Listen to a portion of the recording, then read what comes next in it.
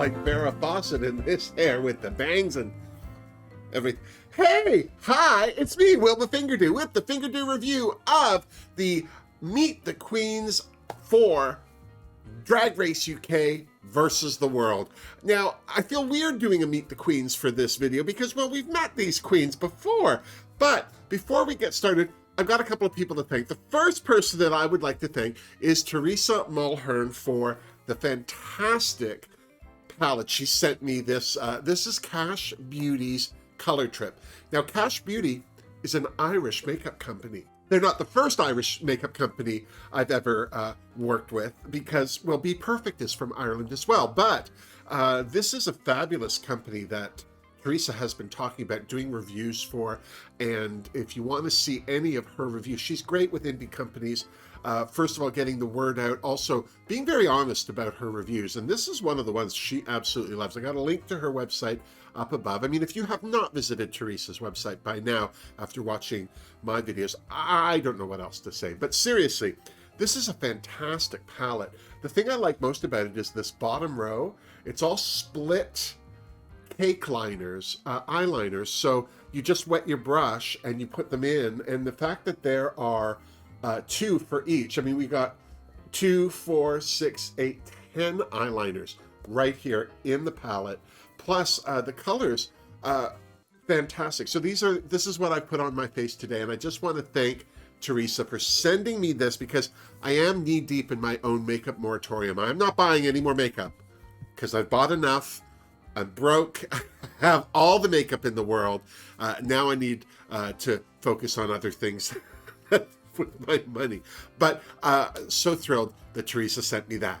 I also have to send a shout out to Pauline Moriarty. At my Christmas unboxing viewer mail video, she sent me this. There's also a red one over there. I don't know if you can see. Yeah, you can see it. But oh, I loves me a big fake flower in my hair. Makes me feel like I'm in the tropics and on vacation because, well, nobody's in the tropics and on vacation unless that's where you were born and live right now. And if you were born in the tropics and live there right now, God bless you is all I'm saying. Of course, I have a tipper-doo to thank. Kirsten Adamson, thank you so much for your very generous tipper-doo, Kirsten. Seriously. Now, if any of you would like to become a tipper-doo and help support this channel, I've got the link for that down below. I also need to welcome my latest Patreoners to the Fingerdoo family, Ross James, Eric K, and Quirkus. You heard me. Look for their names in the credits. And if you'd like to become part of the Fingerdoo family on Patreon, that link is down below as well. I also have a Redbubble model this week. You heard me. RF Ruiz is right here sporting the Denise Journeau vintage noir design. Looking good, RF. If you'd like to grab yourself some Wilma merch, including the Wilma Railroad design, which 100% of the profits I receive go straight to my favorite charity, Rainbow Railroad, I've got a link down below to there as well. Speaking of down below, don't forget to give this video a thumbs up if you liked it and subscribe to my channel if you haven't already. Okay, now, Jorge, drink me. Oh, Coke. What is this? Cuba Libre, you think? The label came off the little bottle. I hope it's not antifreeze or hand sanitizer. No, that's Coke. Delish. All right, so let's get to it. First off, this series is called UK versus the World, but from what I understand, they will be using a different host city for each forthcoming season, which makes sense because even with 3 seasons under their belt, I don't think the UK has enough queens yet to take on the world. Not as host, anyway. That way, the Canadian queens can get a full face of Rue and Michelle as opposed to RuPaul Light, Brooklyn Heights. Cooey, Brooklyn! Just saying. I have to say, I'm excited for this show, but I'm not a fan of the lineup per se. I thought there would be different queens from Canada and Holland, to be honest. Mostly because I'm not a big fan of Jimbo or Jacquet. There, I said it. But I'm sure scheduling and quarantines were at play with a lot of potential participants. So I'm sure if your favorite queen isn't in this round of Versus the World, they will be in the next one. Now, for all intents and purposes, this is an all-star season with 9 queens from 5 countries. Understandably, Spain and Italia weren't represented, and sadly there's no Down Under queen in the mix either, but hopefully that'll change for future seasons. For a show saying it's including the world, the American contestants are the only queens who've competed in multiple seasons of Drag Race. For everyone else, this is their first show since being on season 1 of their franchise. So it'll be interesting to see what they learned from their first round. I'm so excited. Well, except for Pangina Heels. She is the first host to ever cross the judging panel into contestant territory. And since she's hosted 2 seasons of Drag Race Thailand, she's bound to have a leg up on the other first-year contestants, is what I'm saying. This basically being an all-star season, the queens will be lip-syncing for their legacy and subsequently self-eliminating, which sounds painful. Personally, I'm disappointed. I thought there was a rumor that the queens would be scored throughout the season and then the queen with the highest score would win.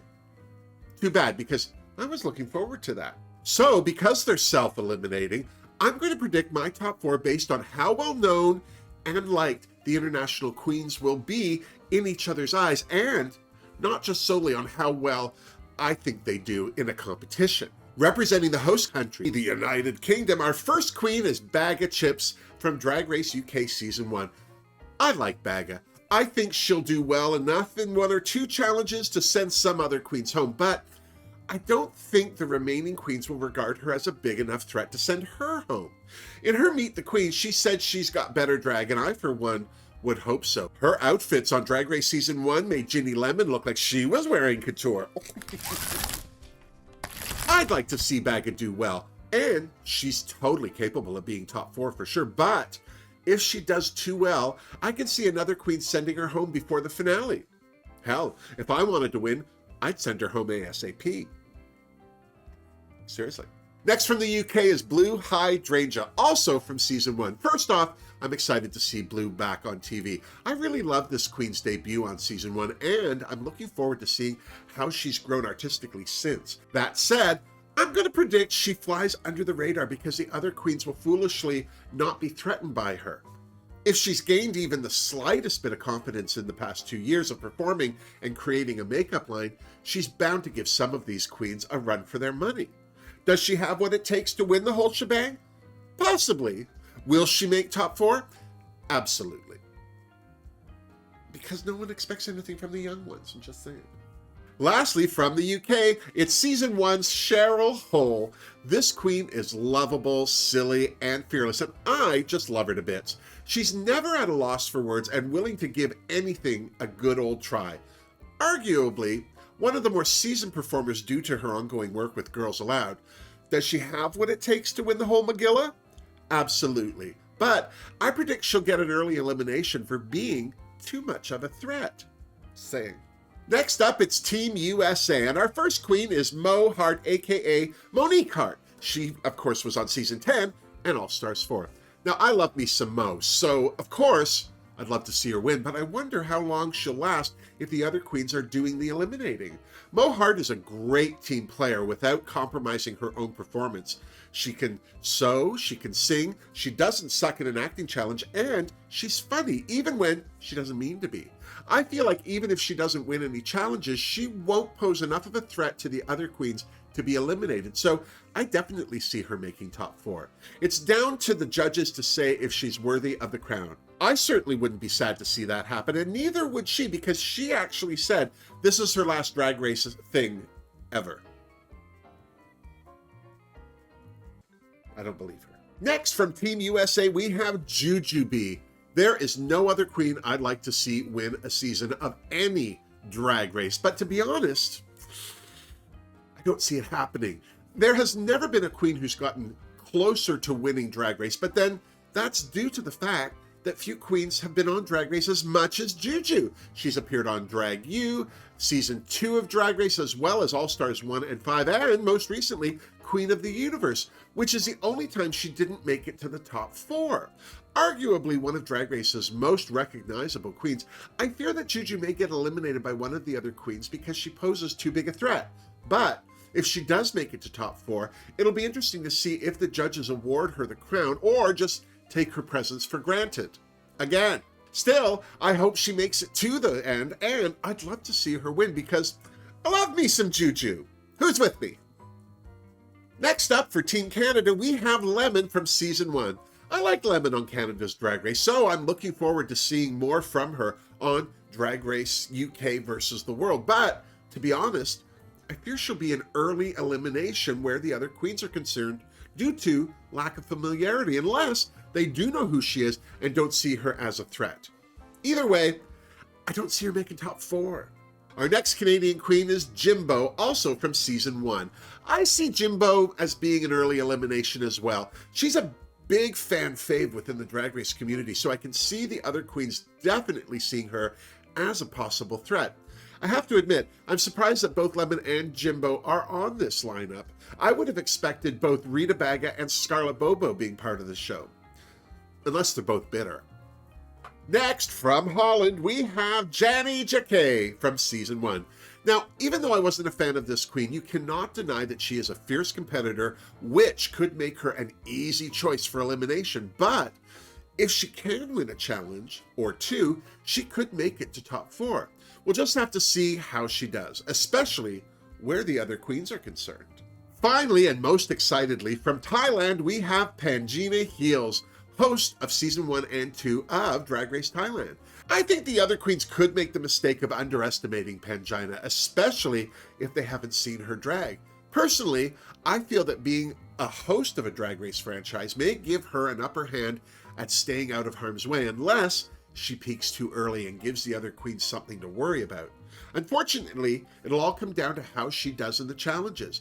If she can stay out of the bottom, I see this queen making it to top 4, and if she can win a challenge or two, I definitely see her winning the whole shebang. Seeing as the UK queens make up 1/3 of the cast, I can see them bonding together and picking off the other competition one by one. So there's a chance that this first season could see a British heavy top 4. But if the Americans can stay out of trouble, I can see them totally kiboshing those plans and putting themselves in the top 4.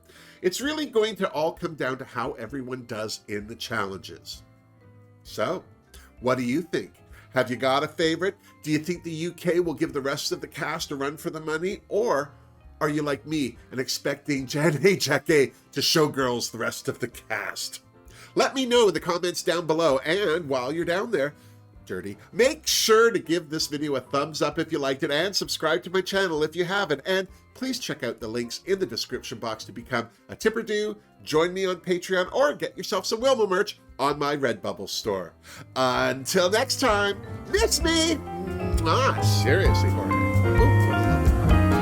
You know, I was such a fan of Jimbo's when she started Canada's Drag Race, but then as I don't know if it was, it got to her, she got tired, the other queens were pissing her off, I don't know. But she started to become more and more of a pill. That's the only reason I'm not happy to see her. I really would have expected to see Scarlett Bobo or Rita Baga for sure. But mind you, Rita Baga, I don't know. I don't follow her. I don't know. Same with Scarlett. I don't know if they're bitter, but I can't see them being bitter enough to not compete again, because it's still exposure and money. I mean, seriously. I'm really expecting a lot from Pangina. I really am. That queen sings and speaks in 5 languages. So she should be able to talk about those queens to their faces without them understanding what the heck she's saying. That would be so much fun.